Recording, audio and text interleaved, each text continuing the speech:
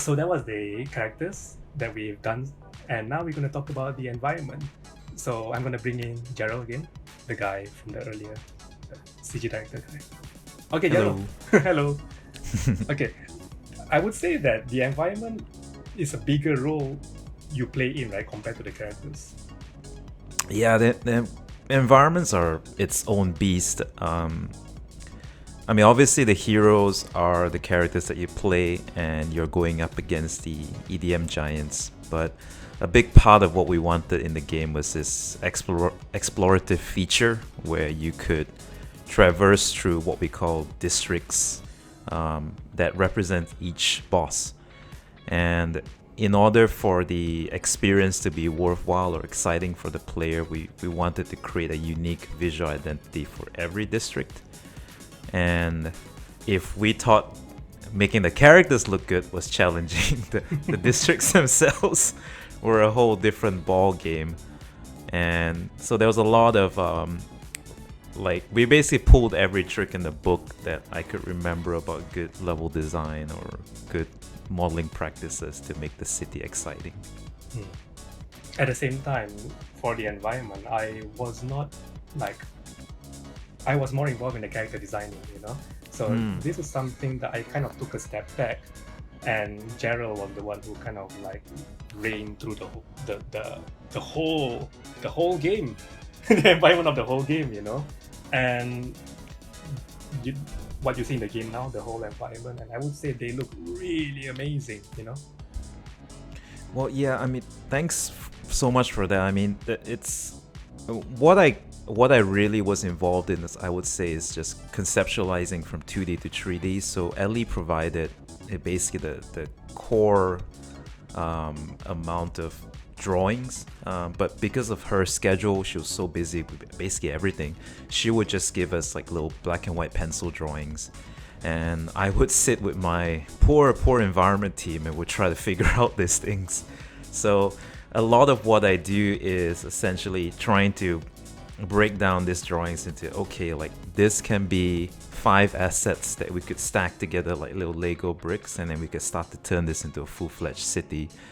Because there was no way that Ellie is going to draw every building for us. So we came up with a little system where Ellie did essentially what was an umbrella piece of concept, where umbrella meaning it encompasses everything. And then the team and I, the team who really did the work, would really sit down and start to model all these individual assets. And then we began to populate the city. And for the viewers out there, you will get to meet the team later. Everyone will be featured in this video. Yeah, for sure. Okay, so let's move on to some visuals that you can share with us. Okay, so what you're seeing on screen here is essentially a very, very early floor plan of how the player will progress from Kastek district, which is district 1, all the way to the end district. Spoiler, I guess, or the last level.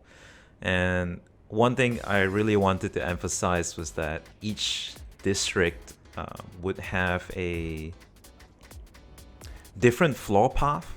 So it was a different way of walking.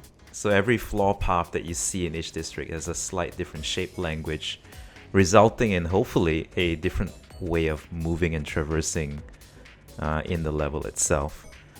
And there's also a lot of boring, I guess, technical things I had to worry about. Poly count, data management, that is very important in game design, but if you don't notice it means we did our job. So essentially it's kind of data management. So everything that's blue we will model from scratch. Everything that was in cyan is reusable assets, and everything that's green is where you actually walk and interact with. So each district would kind of have a unique feel, and that feel comes together with a unique I just put a little graphic or icon. In this case, for the Metro district, it's a little EDM bar, and hopefully that kind of gave the idea to all of the artists, the environment team, some kind of a foundation to model or create assets that it should always feel like an EDM meter or something related to this boss. And this was quite useful to kind of establish an early idea, because meeting one is, hey, morning everyone, and we're gonna build 5 cities. It was like rather scary ordeal, considering how new everyone was when it came to environment level design for games. So this kind of simple graphics kind of help put everyone on the same page, and especially when we started to work with our creative partners, Passion Republic, it also allowed them to get an idea what really was the grand vision that Hazmir and you had for the city, and how do we break this down into manageable assets. I like this picture. You can actually see DJ Subatomic Supernova's early code name. Before we had a name for him, Right. everybody in the studio called him DJ Galaxy. Yeah, I think we were just calling everything in the way we saw it, right? It was a very direct approach. Yeah. Yeah. DJ headphones. Okay. And I think that's essentially it. So, what else do I have? Yeah, really, this is really it. Okay, I'm gonna stop sharing. All right. Okay, well, thank you so much, Gerald. That was really cool to watch. So, of course, with any game, NSR has the need to have a lot of environmental design, So we've talked about translating the 2D to 3D. We have to do the same thing for the environment.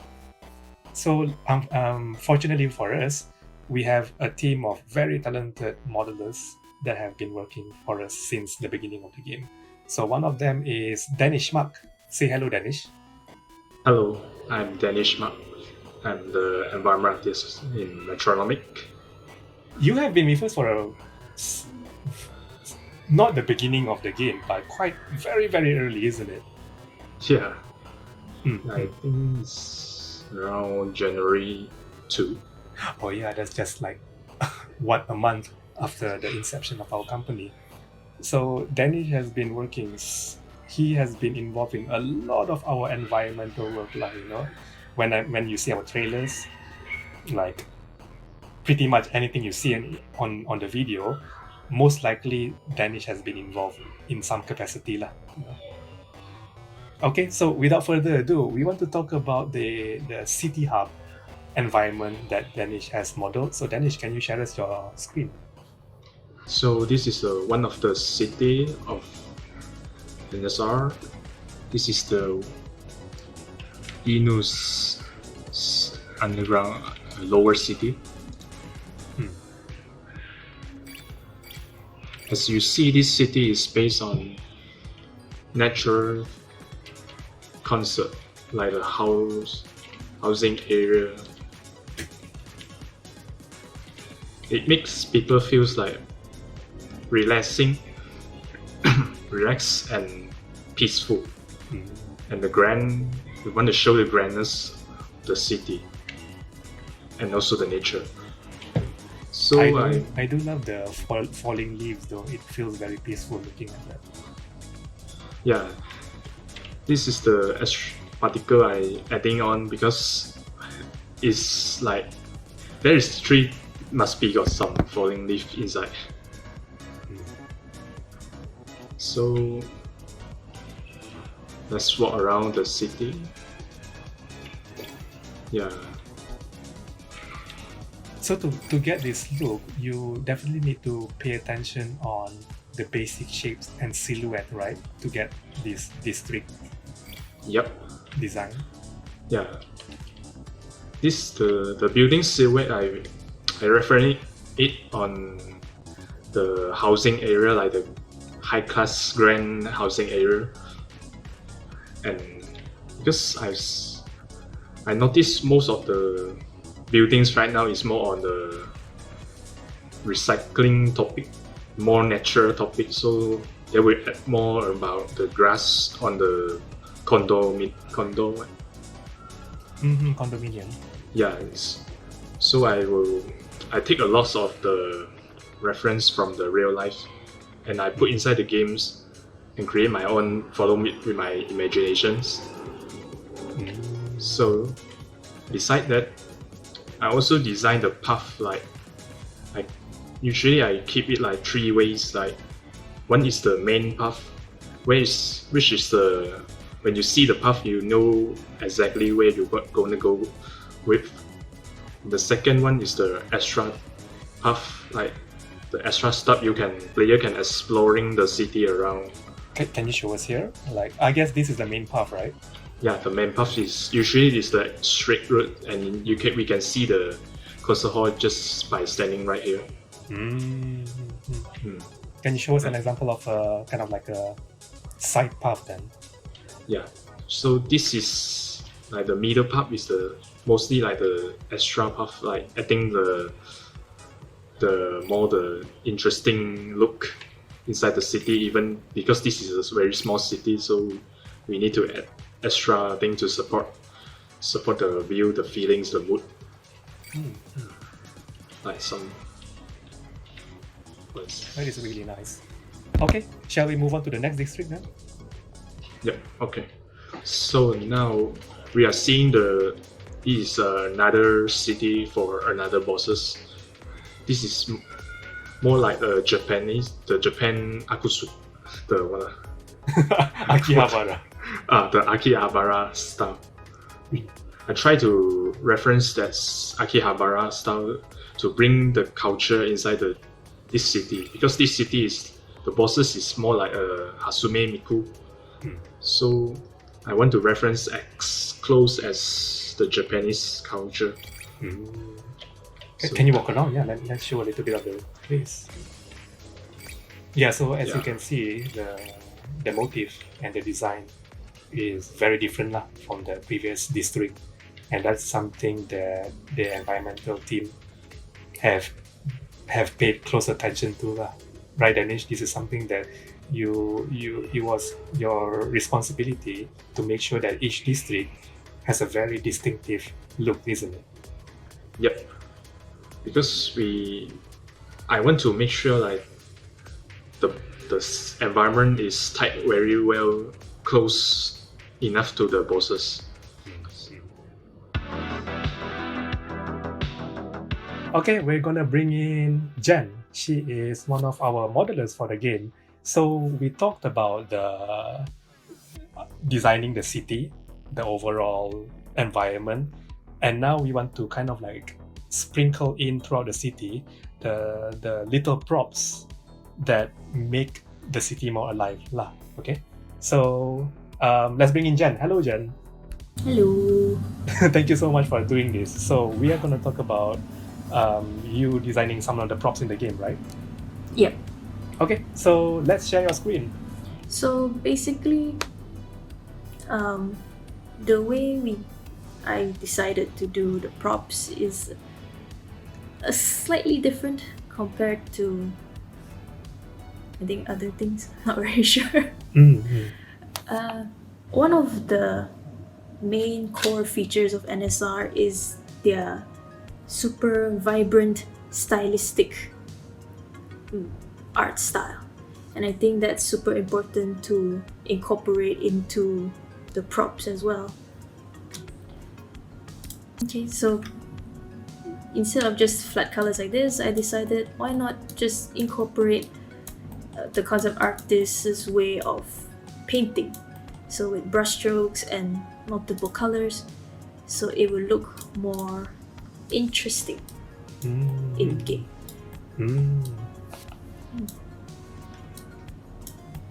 Yep. That is really nice. So this is just one, right? Out of how many props do you think you have done in the whole game? I did not keep track. Can it be more than 50? No, right? I don't think so, because I kind of shared it with Daphne. So 20-ish. Okay. Daphne is actually Jan's good friend, and she is also in our studio. We're really happy to have her as well, and she will be talking next actually.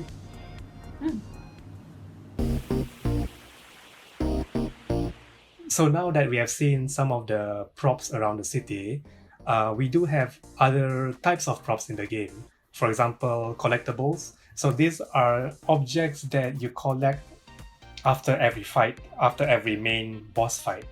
So to talk about this, we have Daphne. Hello. So Yeah. before you, I was talking to Jen, and I did mention that Daphne was good friends with Jen. But you didn't come in the studio as early as her, right? Yeah, I came a year later. Yeah, so she came much, much later, and by then, a lot of the props were already modeled, but we still have a lot of collectibles to work on, So Daphne did a lot of the props, a lot of the collectibles. So thank you so much, Daphne. Having said that, let's see what we've got so far. Alright, I'll be showing you my notebook collectible first. This is basically Mayday's notebook, where it started off as a prompt for just a voice recording, like of all her fights with the previous bosses. But somehow the concept just evolved from this to her notebook of her doodles and stuff. Just for clarification, this will not be like a big feature in the game about recording the fight and stuff. That was kind of like an old idea that we had. So we kind of simplified that idea into something that you will receive a notebook after certain fights, certain important fights, where it kind of, there is more in the notes, but we cannot share it with you now. Yeah, basically end up like there's a lot of like details inside, but yeah, because we can't show, what I could show is probably the doodles, like of if you could catch like some of the bosses details here, and of course Zook. Not sure why I doodled this, but you could see by her reaction in the cutscenes later. This is kind of an interesting thing to do because this is literally having you draw your own personal style into the game, isn't it? I tried adapting like to the original style of the game, but I guess is that I what you... tried. I see. So this is not your drawing style, is it? Not really my drawing style, but I really tried copying the style of the illustrators here. I see. Now that you mention it, his hair, yeah, it does look like one of the Zook portraits that we have. Yes, and there is, what you see here are kind of like a lot of writing there, and it's supposed to be Mayday writing all these notes. But early on, I kind of didn't want Daphne to like write proper words inside because I didn't want Mayday to have we didn't want to lock how her writing should look like in the game. So we decided after that to let's just do some squiggly lines, so that it becomes, we don't lock in the how her writing is. Okay, yeah, so let's see another prop that you work on.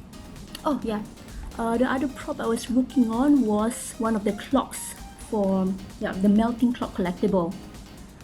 Well, because initially we were only given like a few prompts about what this collectible might be, and there was only like a very rough description. So it was a very fun challenge to work with the illustrators and script writers to create like a model concept. So first it was kind of like this, where I took the melting clock like very literally. And then I don't know why I was given a prompt to do a grandfather clock, but this turned out too Disney-esque or cartoony for everyone. So like Gerald helped out and gave me these sketches, and yeah, these were the rest of the clock designs that we tried. And I could show you the model as well. Here, this is one of the final models. Hey, very nice. Can you show the texture as well? Oh yeah. Yeah, and because we did a lot of tweaking as well in game, so it's not necessarily gonna probably not gonna look exactly like this anymore. It's gonna have a much cartoonier feel in game. Okay, that looks really nice. So some people might wonder like, what is this clock? What is the purpose? Well, we cannot say now lah. Huh? You have to play the game and discover yourself lah, the purpose of this clock.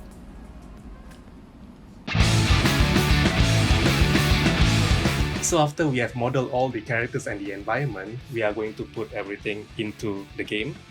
But that is of course not done yet, because usually when you have all of that, the lighting is still very bare and it doesn't look really good. So that's why we have Makoto, and he will be talking about adding lighting into the game. Hello, Makoto. Hello, hi there. Makoto is actually an environmental artist. That means that you are not only responsible for the lighting, but modeling for the environment overall as well, right? Yep. Okay, then let's have a look at one of the scenes that we have worked on. So this is one of the scene that I help improvise the lighting, of course with the help of our concept artist Ellie and Gerald too. So yeah, when we just started this scene, right? So here's just before the lighting is more advanced lighting is put into this scene to make it look nicer. Everything is pretty lighting is pretty bad. The shadow is really dark and the face is pretty dark in a way. We just put something like a simple lighting here just to start to put a base first and finish the most of the stuff in the game first before we actually come back to polish the lighting. Yeah, it is very rough, isn't it? Because as you can see on Zook's face especially, there's that really harsh shadow there, which works in some kind of show, but we're not going for that dramatic effect for this scene, isn't it? Yeah. So now I gotta show the polished version. So after some time of tweaking with the lighting, that become much better. So this is the polished version. Yeah.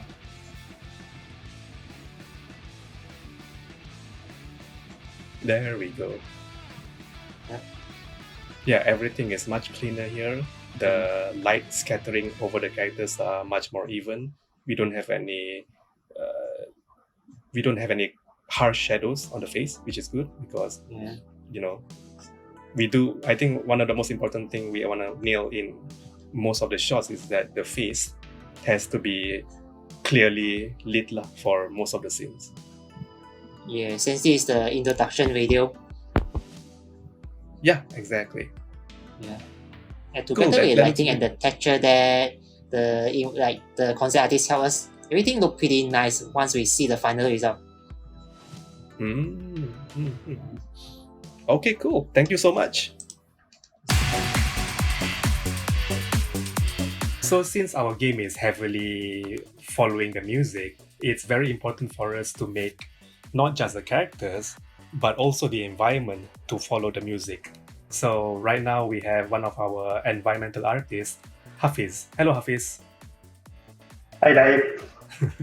Okay, nice to see you. Okay, so you are one of the environmental artists, and you model a lot of the, would you say most of the boss stages or the city stages? So it's a bit of mix because a lot of the modeling is actually done by my colleague Danish.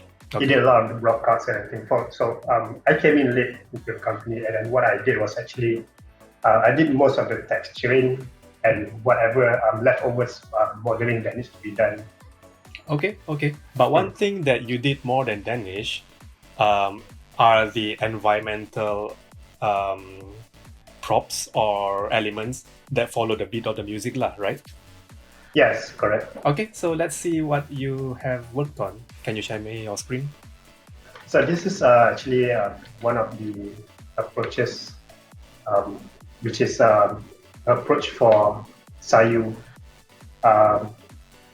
So the first thing that is noticed when you play this level is that you notice there's clams that will follow the beat, and subtle things like this you'll notice because it's a digital world, right? So we have pixels, and also these pixels will behave like a dancing floor, and also like all the grids in the background. There's dots also pulse. It will pulsate according to the beat. Yeah, I remember this is quite tricky, because to achieve the balance of it has to follow the beat, but at the same time, we don't want all of the elements to be too flashy until it kind of like overwhelms the screen. So that there needs to be that restraint. So there needs to be that restraint where they are moving, but just more like a background element rather than a main subject. Yeah, it's definitely was challenging because when I tried to do this, my first iteration was like things follow to the beat, like in your face, and then it would become like a lot of the comments was that it was very distraction, and then people always thought that the things that follow the beat are the things that you have to attack rather than it's just. So yeah, I think right now also it kind of, because I noticed like when people play through, people try to interact with the clams. It's actually just an ambient thing, but Yeah. for me it's okay lah. That's fine. That's fine. Yeah. It's to me, it might not be our intention, but it's fun to see how people react to our game. So they might react differently, and that's fine. That's the beauty of game lah. People do things that you don't want them to do, and yet they still do it lah. Okay, can you show us the next element that we have? Another thing is that the things that follows the music. When we play the game, also the music changes as you progress. And we want that to be reflected in the environment as well. So the music, it gets more, the intensity becomes more higher, and so as you notice, like here, the pulsating dots in the background also becomes bigger. The pulsating becomes more prominent, and also we'll have the swirling fishes in the background as well. Will only appear later stage. Yeah, that's one of the things. And also the fishes, it doesn't really follow the beat per se, but I think it would be a nice thing that, like a sort of like an ambient thing, like you mentioned. It doesn't have to follow the beat, but it's nice. It gives the complementary effect to the music as well. Yeah, the fishes are more like a gradual movement, if that makes sense, So we have a nice balance of things that follow the beat and things that are more gradual or linear, and I think those two meshes really well. Okay, well, thank you so much, Hafiz. And that concludes the whole look in behind the scenes of No Straight Roads. Thank you so much for watching. So there you have it. Hope you enjoyed the show. That is the art of No Straight Roads. So if you play No Straight Roads, please look out for all these little details, and I really hope that you appreciate the more effort that the artists have put into the game. There's a lot of love put into the game. So look out for No Straight Roads. It's coming out on August 25th on the PlayStation 4, Xbox One, Switch, and also PC for the Epic Games Store. So we hope to see you in Violent City. See you.